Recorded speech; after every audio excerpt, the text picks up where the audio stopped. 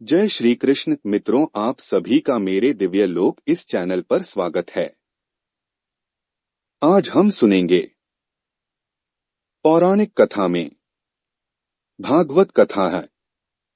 कलयुग को परीक्षित ने दिया स्वर्ण में वास का आदेश, राजा के मुकुट में समा गया कली। आज राजा परीक्षित की कथा सुनाते हैं, जिसे भागवत की पृष्ठभूमि कहा जा सकता है।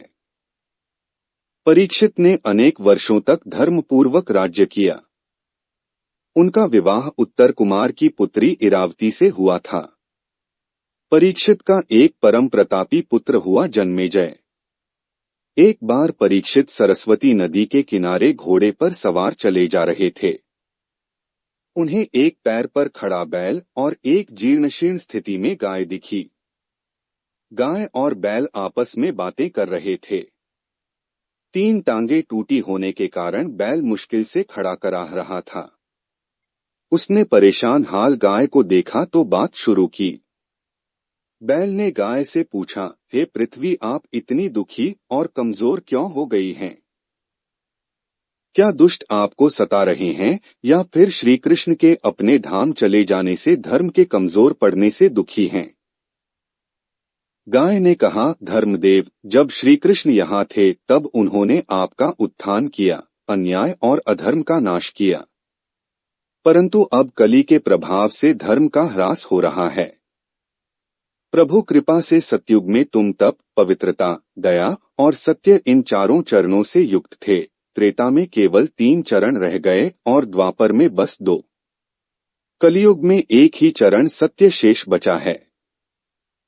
कली इसे भी मिटाने के प्रयास में लगा है। मैं इसलिए बहुत दुखी हूँ कि अब मेरे ऊपर ऐसे अधर्मियों का वास होगा जो ईश्वर को नहीं स्वीकारेंगे और कहेंगे कि पृथ्वी पदार्थों से बनी एक पिंड भर है। श्री कृष्ण ने पापियों का संहार कराकर मेरा जो बोझ कम किया था वह फिर से बढ़ रहा है। कलियुग के प्रभाव से पापियों का बोलबाला होने वाला है। मैं इससे दुखी हूँ। गाय और बैल बात कर ही रहे थे कि तभी वहां भयावह आकृति वाला कलीग पहुंचा और बैल का चौथा पैर सत्य तोड़ने का प्रयास करने लगा। बैल पीड़ा में चिल्लाया।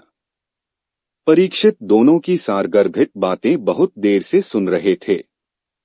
उन्होंने कलियुग को बैल पर प्रहार करते देखा तो दौड़े आए और उसकी गर्दन पर तलाव रख दी।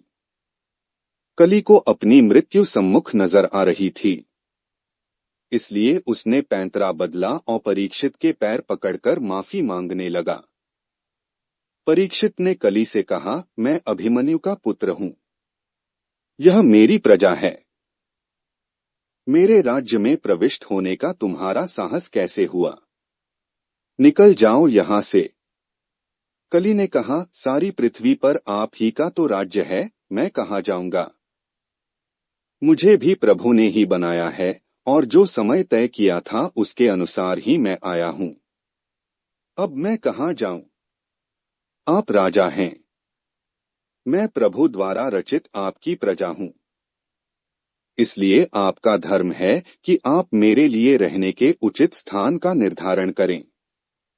परीक्षित ने विचार कर कहा, तुम्हारा वास वहां होगा जहां ईश्वर का नाम भुलाया जा चुका हो। तुम जुए, शराब, काम वासना, हिंसा, असत्य और निर्दयता में निवास करो। कली ने कहा, महाराज, मुझे एक ऐसा स्थान बताएं जहां ये सब साथ हों, मैं वहीं चला जाऊंगा।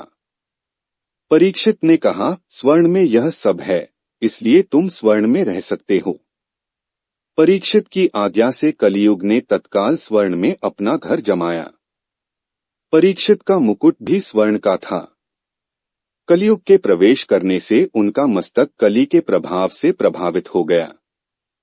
कली के प्रभाव के कारण ही न्यायप्रिय परीक्षित ने ध्यान में लीन शमीक मुनि के गले में मृत सांप डाल दिया, जो उनकी मृत्यु का कारण बना। इस चैनल में आपको ऐसी अद्भुत कथाएं सुनने को मिलेंगी, तो इस चैनल को सब्सक्राइब कीजिए। धन्यवाद।